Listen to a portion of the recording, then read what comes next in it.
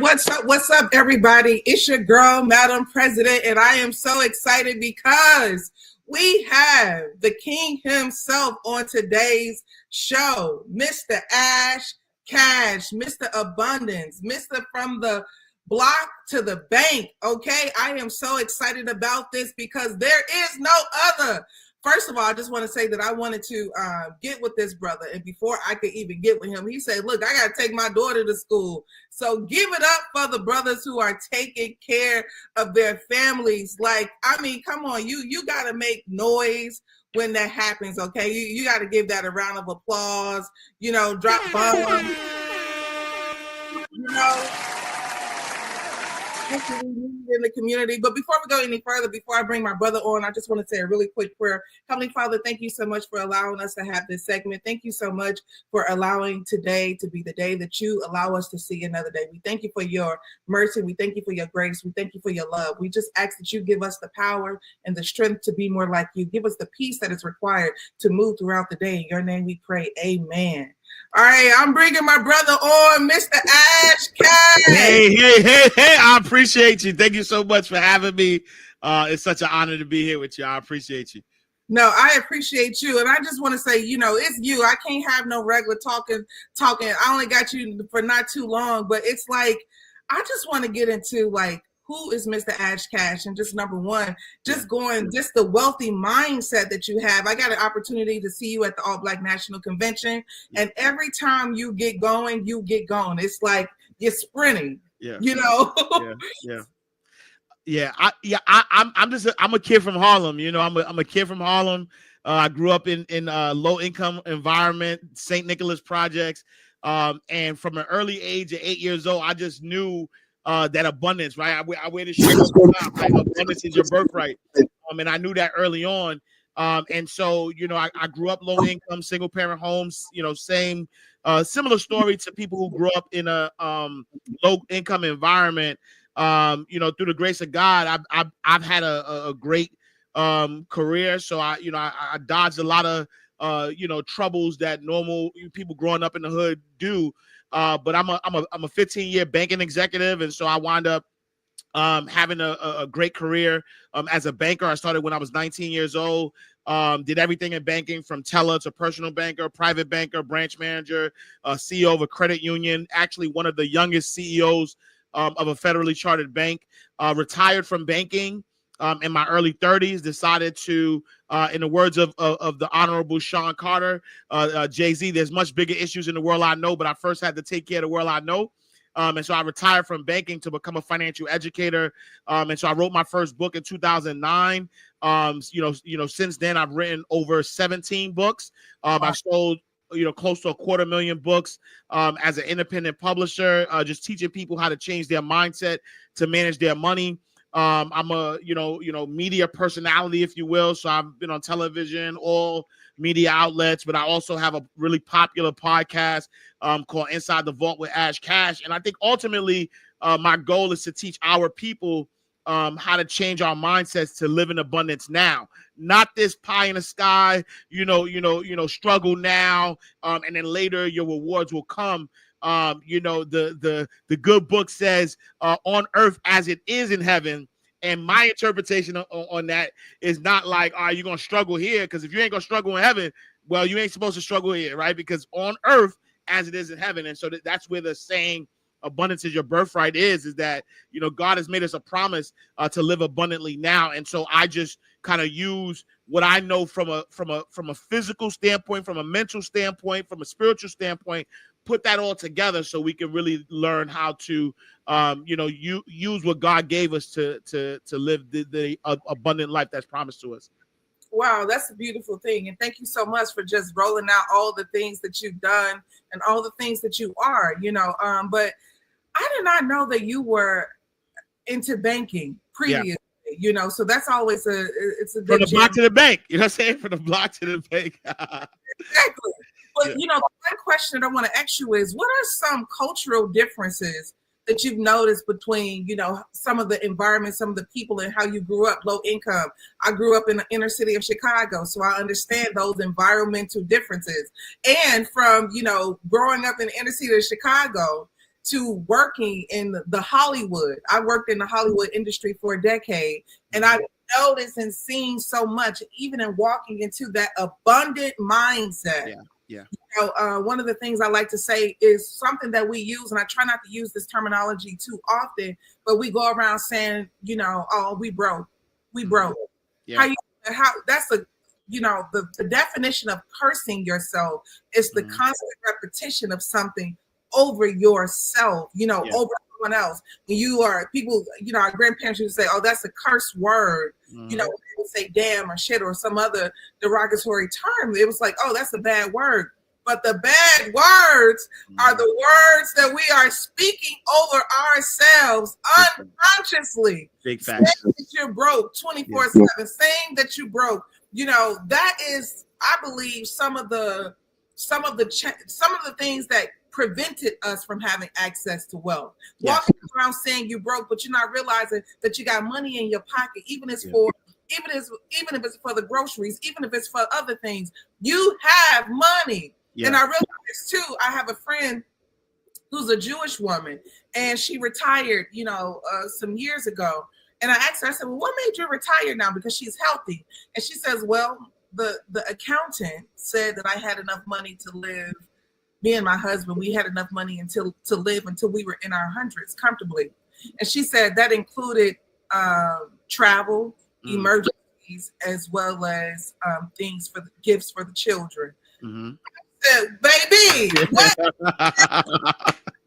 Give me the sauce, give me the juice. Because I look at my grandparents, and you know, the income is just completely different. You know, bless my grandmother, she's no longer here, but my grandfather.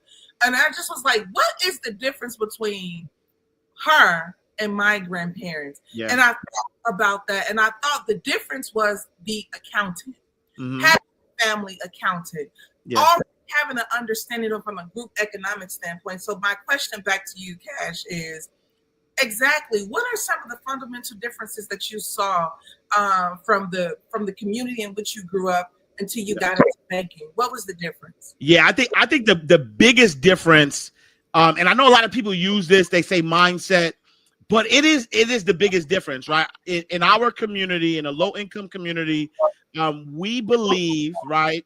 We have a fundamental belief that we need to work hard for money. In a wealthy community, there is a fundamental belief that money needs to work hard for you.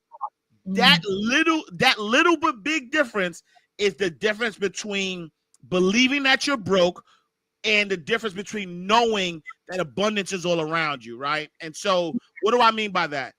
In our community, you know, I noticed growing up, right? Go to school, get a good job, pay your bills on time, like all of these things that literally liquidate money out of your account, right? Save money, right? Go to school, work hard, save your money, retire later, right?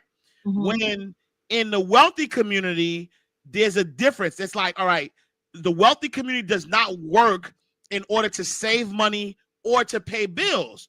The wealthy community says, okay, if I don't have money right now, yes, I'm going to work to obtain that money, but I'm going to use that money to invest in income producing assets. And those income producing assets are the things that are going to fund my day-to-day living, fund my lifestyle, fund my vacation, fund everything, right? And so that was the stark difference. And once I realized that, right, it was no longer about, trying to live the American dream. That was the lie that they sold us, right? Which is the lie of, using all of your money, right? Become this middle class family where you're making six figures, and now you can take your trips to Martha's Vineyard and do all that stuff. No, the truth of the matter is, and my wife and I did this. Our first home, we didn't buy our first home where it was a single family home. We bought our first home, which was a multifamily. Why does that even matter? Because guess what? That multifamily, number one, that equity that we're gaining in the house. But number two, if we find the right tenant, that tenant pays our mortgage. And so the money we would have been paying for, for living expenses could potentially go into the stock market. It could go to our businesses. It could go to other things that also gives us, income. And then we use that income without, getting rid of our assets in order to fund our lifestyle. So I think that fundamentally, once I learned that that's what wealthy people did, that they like if you really understand the preservation of money, the preservation of wealth, how it's all about, it's not just about making money, right? There's 3 steps in wealth building. There's making money, there's managing money, but then there's this important piece that we forget. It's multiplying money. How do you multiply money? How do you turn that dollar into $100, 100 into 1,000, 1,000 to I was gonna say a canvas, but how do you multiply that money? And that's the big difference that I learned. Oh, that's something that I didn't know that my mindset was messed up surrounding money until I started understanding that people think the poverty mindset is the kind of mind that, they think welfare, they think, this mindset of, just wastefulness. Mm-hmm. But I realized that sometimes the poverty mindset is this fear mongering of fear too, always in survival mode, always trying to just basically thinking you got to rob Peter to pay Paul. That's poverty mindset. Keeping up with the Joneses, believe it or not, that's a poverty mindset because you should be keeping up with somebody else's lifestyle, somebody else's everything. And I believe that people don't talk about the emotional aspect of it all, the community that you live around. So a culture in the housewives culture, it is for, I would like to say, consumerism and consumption. Yeah. A lot of times you'll see like in this dialect, and I'm not trying to be critical, but there's something that I noticed because as women, we have a different, flow of how we handle money than men. But it's like the dialect of, oh, you got the latest bag, the dialect of, you got the bigger house.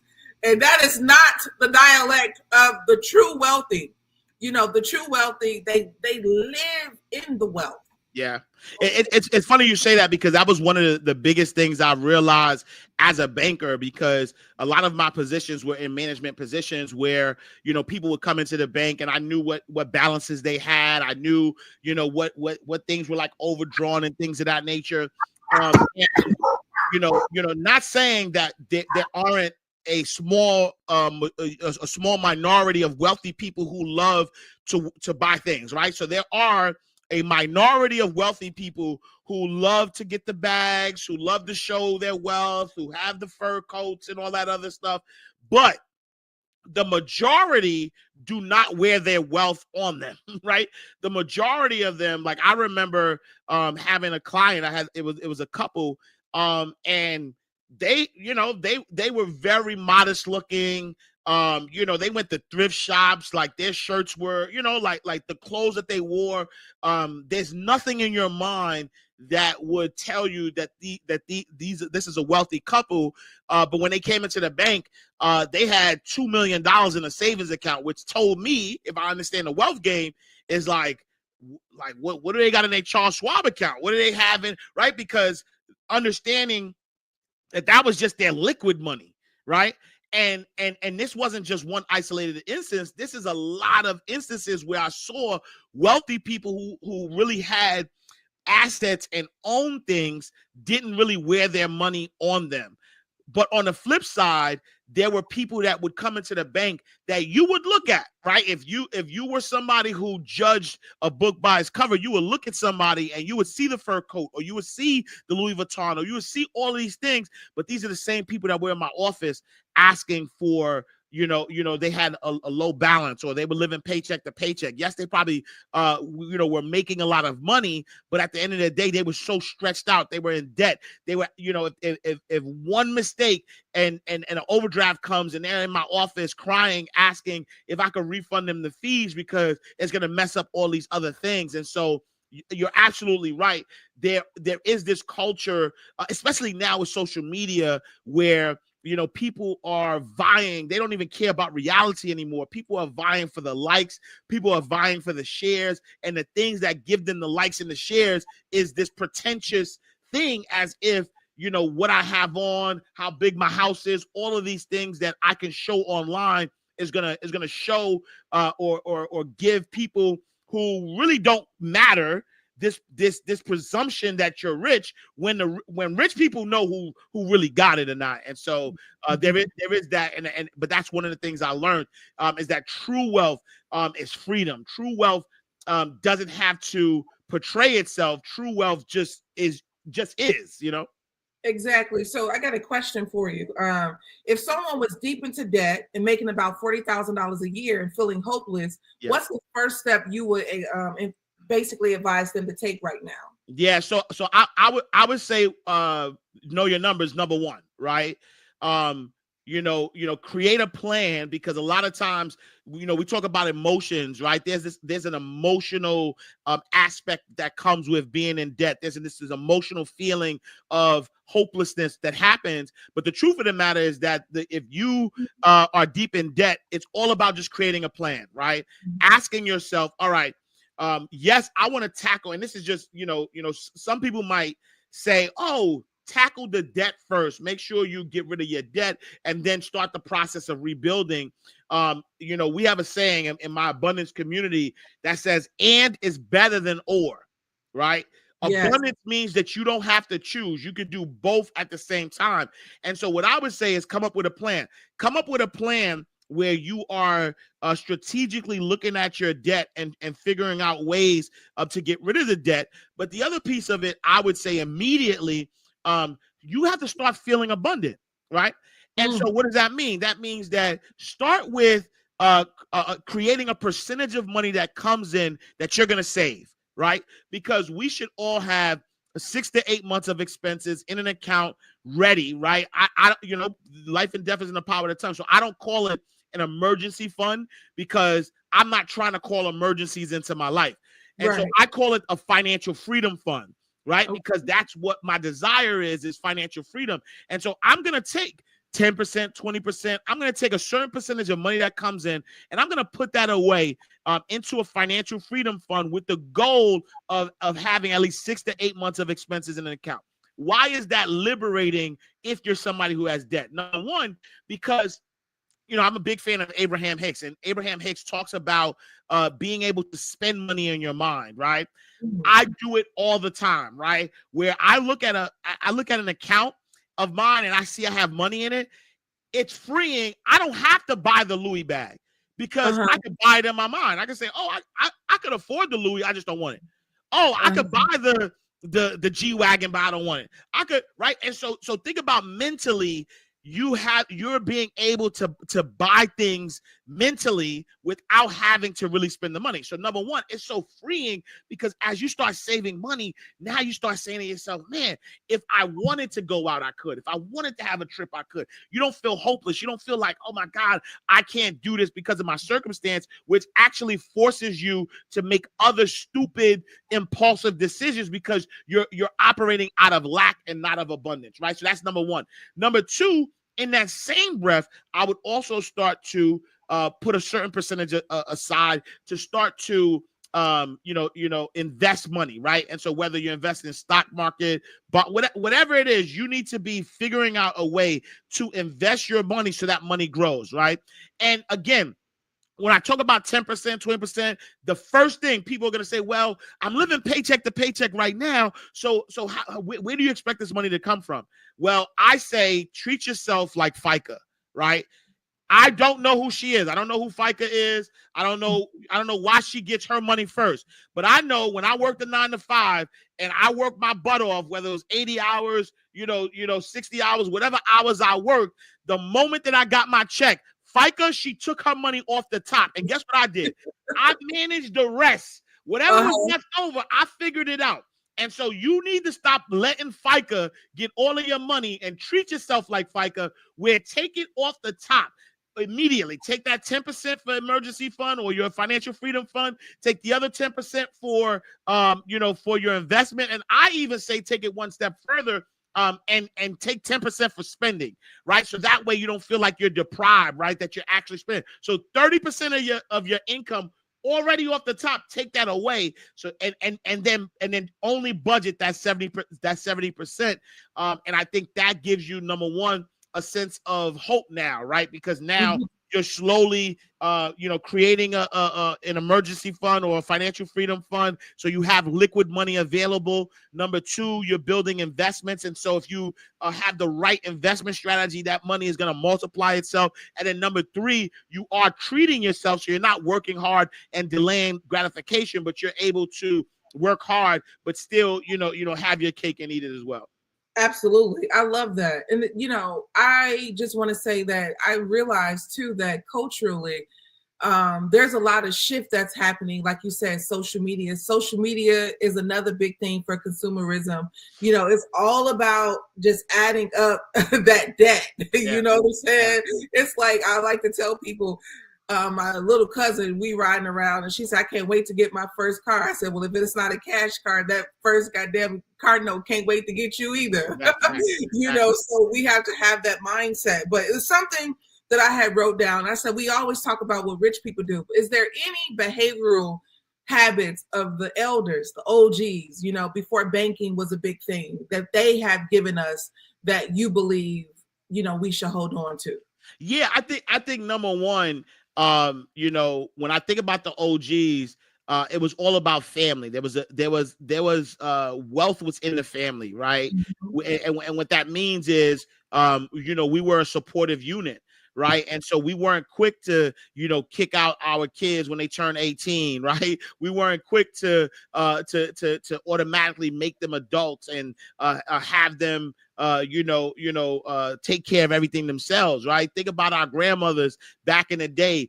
You had cousins, you had nieces, you had uncles, you had aunts, you had like 12, 15 people in a 3-bedroom apartment, right? Yes, my grandmother did. Right. And so think about that, right? Think about how people who are not born in this country, who come here and do the same thing, right?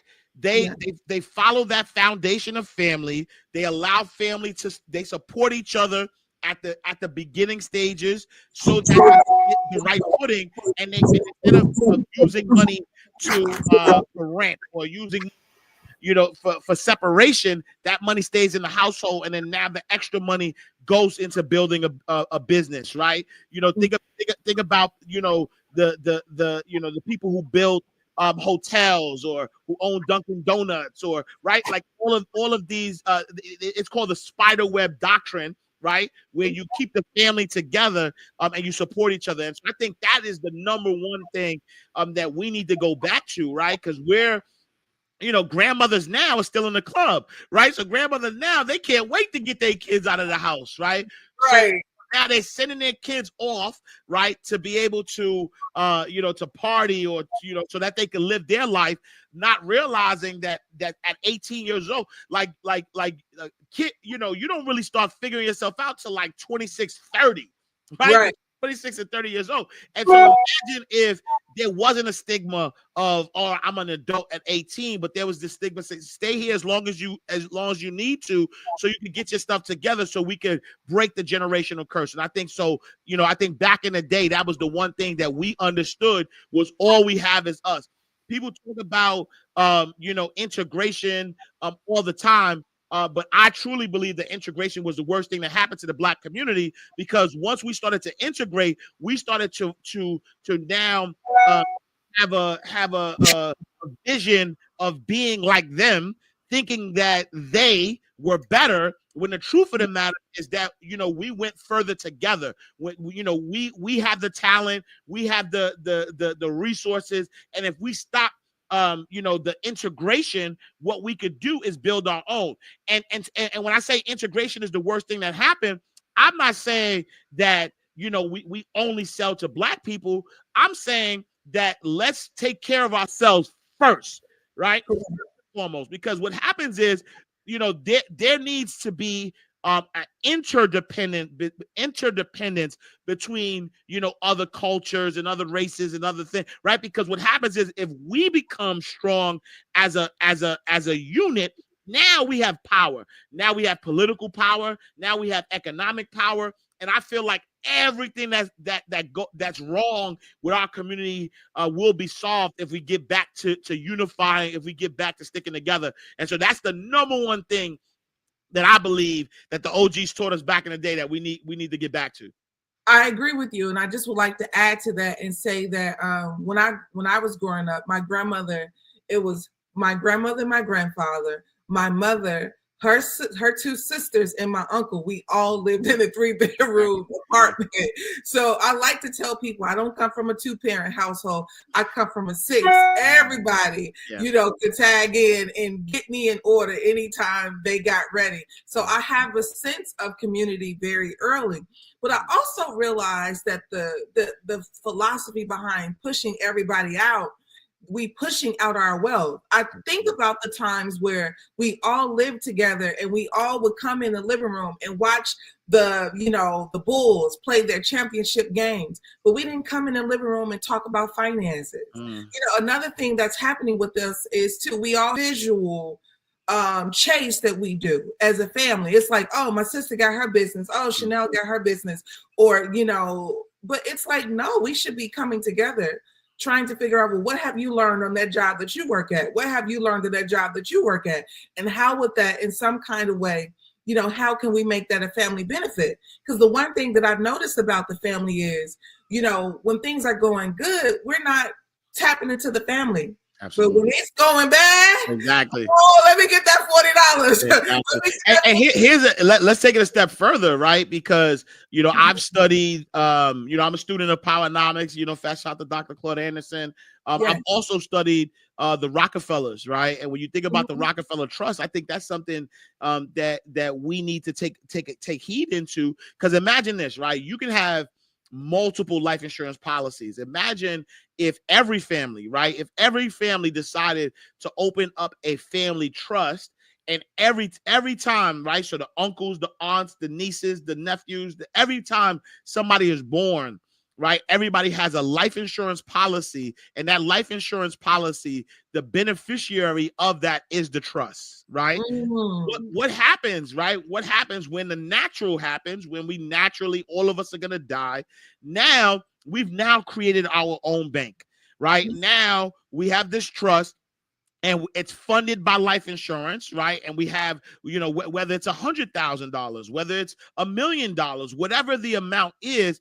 Now, when cousin Ronnie wants to start a business, we have rules around the trust. We don't have to go beg and borrow from the bank and allow them to charge us these exorbitant fees in order for us to borrow money. We can go to the family trust, and the family trust is what's gonna, fund the business, and we pay the money back into the trust, right? Like there's so many advanced ways that if we just stay together as a family, there's simple things that we can do that we could build legacies and just like eradicate generational poverty. And so it's really about the knowledge. It's really about understanding these different things that wealthy people do. And I think that's the beauty and this is why, again, abundance is your birthright.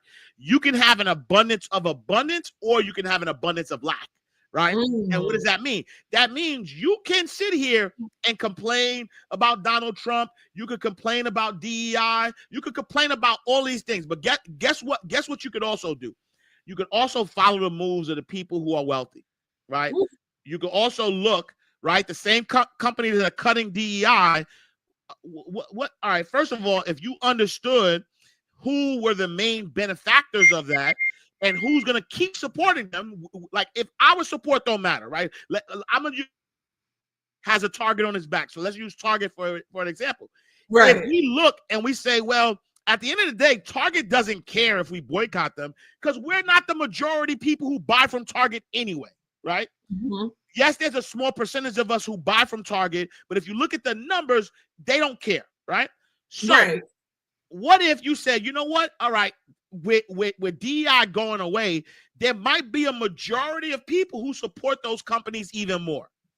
Mm-hmm. Some people say boycott, but what if you learned and you were a stockholder in it? This may sound counter, but for me, I'm saying, all right, let me just look at the fundamentals of certain businesses. And if those businesses are going to do well, regardless, why can't I take advantage of that? Right.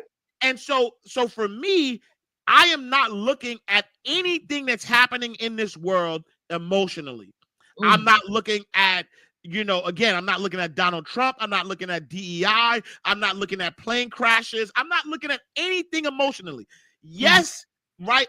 Like my heart goes out if people lose their lives. Like, yes, there are there's a human side that's emotional. But at the same time, there is a business side. There is a side where we can look and we say, all right, what are the rich people doing? What are the wealthy people doing? Where are they investing? What, like, all right, Donald Trump is putting tariffs on Mexico and California or in Canada, and so how are these companies gonna do well? Are these companies gonna suffer? And this is probably getting in advance, but you start thinking about options, right? Do you want to put puts? Do you want to guarantee? Do you want to put bet against companies going down? Like, there's so many wealth strategies that if we just got out of our emotions and played the game the way they're playing, there is a massive wealth transfer that is happening right now. And I believe that we as a community, if we start educating ourselves more, we can be the main benefactors of this wealth transfer. No, you're absolutely right. I totally agree. Dr. King said, I believe I collided, I united my people, I integrated my people into a burning house. That was because, also too, integration has the ability to decide who gets the what. And that's the difference between people who have built, and I said this too, as it relates to Target or any other enterprise that is struggling with DEI and all that other madness. But the reality is, I said that we really have to get into the mindset of why they have the stores and we have the shelves. Once we can start understanding why they have the stores and why we have the shelves, it changes everything. And again, I talked to a friend I love talking to the elders because they have so much wisdom. Yeah. And, you mix a little bit of that wisdom, you mix the creator's wisdom, and you mix a little, your own theology, your own thoughts, and you can really come up with something great. But something that I know for a fact is that, one of the things that got them the building is, besides the Jim Crow, besides the violence, it's the compliance, it's the consistent compliance. Well, this is what we do in this family. Yeah. This is how we behave. This is who you will marry. This is where you will live. We don't want to think about that because when everybody walk around talking about, I do what I want to do, but you don't. You don't do what you want to do. You do exactly what the system, tells you to do until, like you say, you get your money up and then you got the freedom to do what you want to do. And that's a different thing. I also look at our education system, how they consistently keep us deprived from the things that's going to get you into the money. Yeah. I realized when I was in high school, like I said before, I was taking a mass communication course. And in the mass communication course, we had began to learn how to do editing, how to do editing on different softwares. We had just got the Apple computers. This is like 2000, in one. Okay. So it was just like the beginning of it all. And so the funny and the interesting thing is it was fascinating to learn that, to learn the editing and all of that. And then my teacher and a senior in high school got into a physical altercation. Once they got into a physical altercation, the lab was shut down. We never went back in that lab for 2 years. So we graduated and we had to find different majors. I think about that. And the reason I think about that is because I got to work at Tyler Perry Studios. And when I was younger, when you worked inside of the studio, I met a guy who was an editor. And it reminded me of my, high school self. And I said, well, tell me about editing, and it was an older white guy.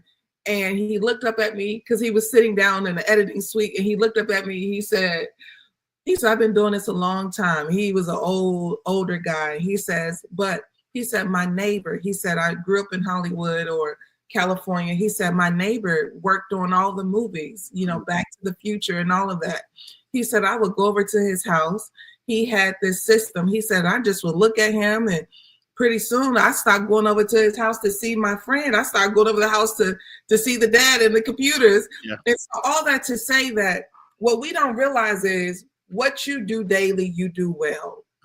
That's it. That's all. What you do consistently, what you have an interest in, it shows. This man started playing on computers in editing. Now he sits in a editing studio for a living. Yes. It is not by surprise. It is not your birthright to be a stripper. It is not your birthright to be the hustler. It is not your birthright to have the occupation that you got to exploit yourself and your body just to get some money. And, that's not your birthright. Your birthright is whatever the dream is, the creativity is, you can have an abundance of it too. Absolutely. So I'm with you, Ash. That's 100% for sure. But before you go, it's Black History Month. So I just want to ask you this question. If Black Wall Street would have never had, the catastrophe happen, if it was never burned down, what do you think it would be today? Oof. I think Black Wall Street would have been the model for all of the different Black Wall Streets throughout the country. I think that we would have such a powerful economic base, not only here in America, though, right? I think that what would have happened was we proved the model. We would have proved our strength as a community, and so every state in America would have its own Black Wall Street, similar to how every Asian or Chinese neighborhood has a Chinatown. I think that would be the same thing for our community in every parts of the country. But then take it a step further, the favelas in Brazil, right? The Brazils of the world, the Cubas, all of the, places where there are, Africans, right? The Afro-Latinos, the Caribbeans, Africa. I think that there would be such a larger base. And we would be the economic power. And I honestly believe that's why it was burnt down, because they understand our power. Even today, right? When you think about words have power, right? We are always called the minority. But the truth of the matter is that as Africans throughout the world, we are the majority. And so that's why those who understand that will always try to act as if we are not superior, meaning that we are not the ones that have the power. And they want to make us seem weak and divide us, whether it's divide us through religion, divide us through ethnicity, divide us through skin color, however way they could use to divide us, they will, because they understand our power. And so, back to your question, if Black Wall Street was thriving today, we would be us as melanated people would be so powerful all around the world, and we would be the ones in control of the world economy and the resources and in what direction the world would be going into. Absolutely. I always like to say, when I visit Vegas, I think of Black Wall Street. I just was like, this is just a money maker 24/7. It don't stop. I was just like, we would definitely, be this on times 10, because this is something that I don't know if you ever read this, but one of the pieces that I've read on Black Wall Street was the community was so powerful that if a woman was a widow and she didn't have a home, they would literally build her a home within a matter of weeks. She would have a home. Yeah. And that is profound to me, that the men say, well, if we got to build a home for a woman and children, then that's what we'll do. The kind of people that was associated to that movement is, just hardcore unmatched. Yeah. So first of all, thank you, Ash. Let the people know where they can find you. Yep. You can go to my website, iamashcash.com. Everything is there, from, my books to my programs to any free resources I have. And you can also follow me on all social media platforms at iamashcash. Absolutely. I would just like to say, you guys know I'm Madam President with a Z. This is where you come and get real news, bold truth. I am 100% politically incorrect. I'm so grateful to have Ash here. Just number one, he reminds me of my father. My father was killed when I was 10, but when I see men with your statue, when I see men, you know, dark complected, bald head, it reminds me of my father so frequently. So thank you so much for being here. I really appreciate you. God bless you and your family. And of course, I follow you, and I will continue to make sure that the people know who the man is 24/7 for the culture, giving you guys just all the wealth. Follow him. If you want to build wealth, he is one of the greater ones to do it. I'm Madam President. Thank you all for being here, and we'll see you next time.